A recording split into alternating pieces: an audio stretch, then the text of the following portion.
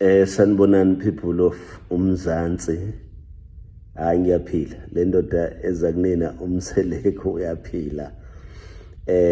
Ngizobonga futhi uyazi kule unyaka odlule noma ngalwanyanga ngathinteka kakhulu emzimbeni, ngigula, ngingaphilile. And ngiyambonga uNkulunkulu ngokuthi angihambele nami, angangiphilisi.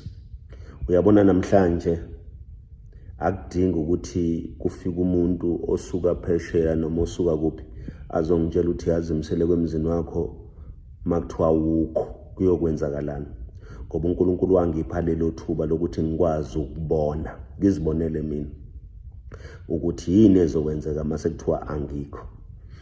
Mhlawumbe abanye abantu enibaziyo esikakhulukazi laba abangiganile bayofika, mhlawumbe ngeke bafike futhi abanye.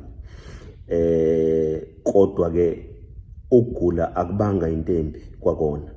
uNkulunkulu wasilekelela kakhulu ukuthi sikwazi ukubona izinto ezijulile lezi esisazibona namanje.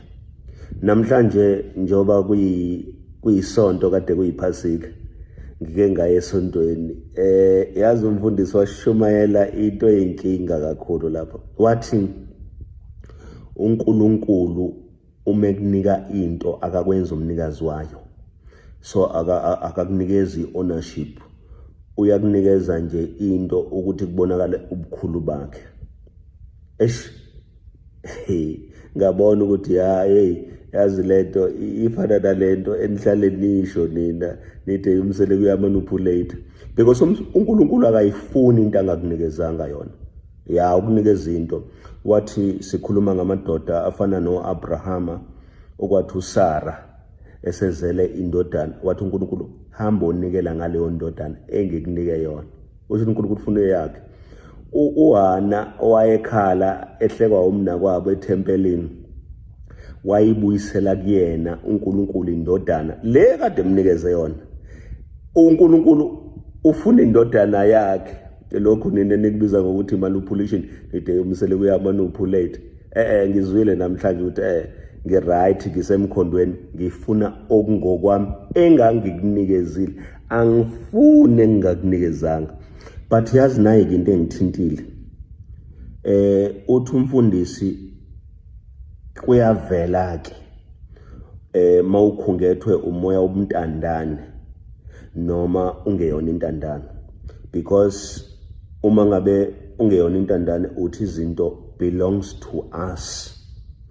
Uma ngabe uyintandane, intandane ilwela ukuthi izinto ezami. So ngenye indlela ke manje abantu kungenzeka bafune ukuthi izinto obukade uthi wena ezakho nabo bathi bona ezami lezo zinto.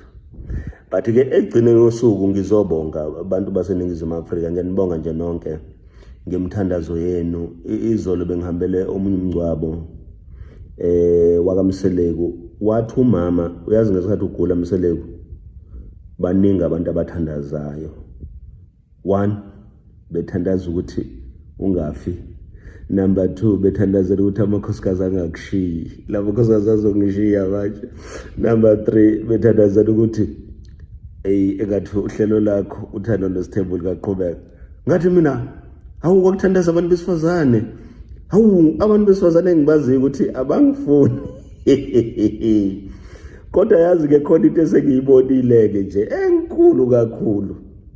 Awakhuluma amadoda lapha ngami ko-Facebook nako TikTok, uMseleko kunje, uMseleko kunjena. Hayi ngiyanibongela bafowethu. Niwasebenzise lawo mathuba.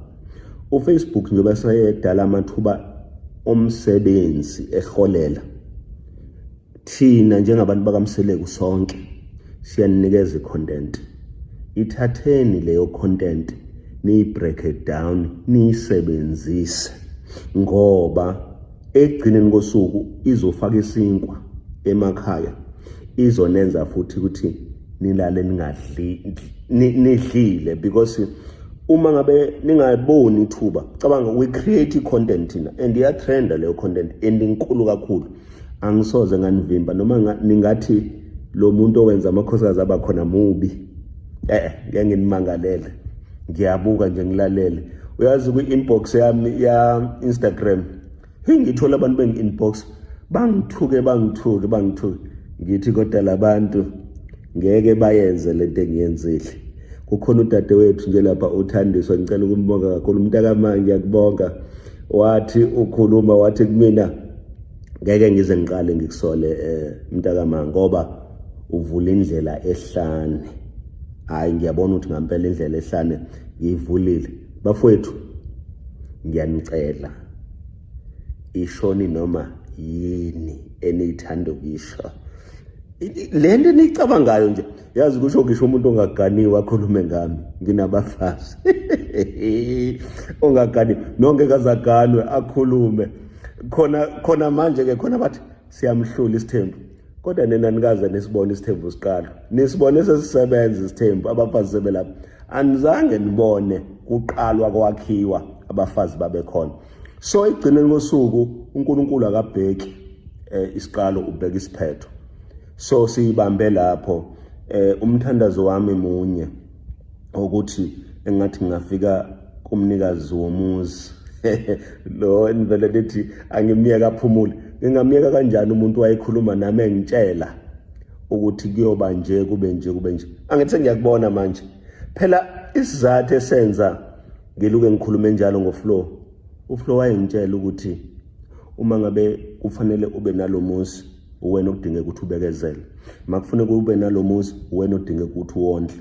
Waphinde wangichazela wathi ngeke uhambe uyoluka usebenza uyokondla uhleli la ekhaya. Namanje ngihleli kwakhe ngihleli kwakhe.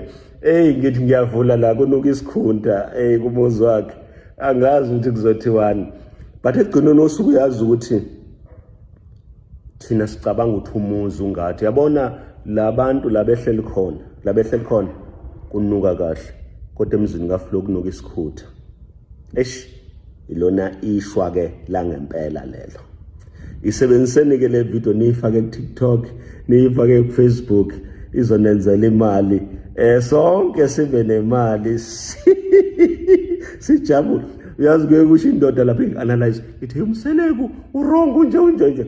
Ngithi as long as uzohola makuphela inyanga, because uFacebook usenzele lo, sebenzisani le content.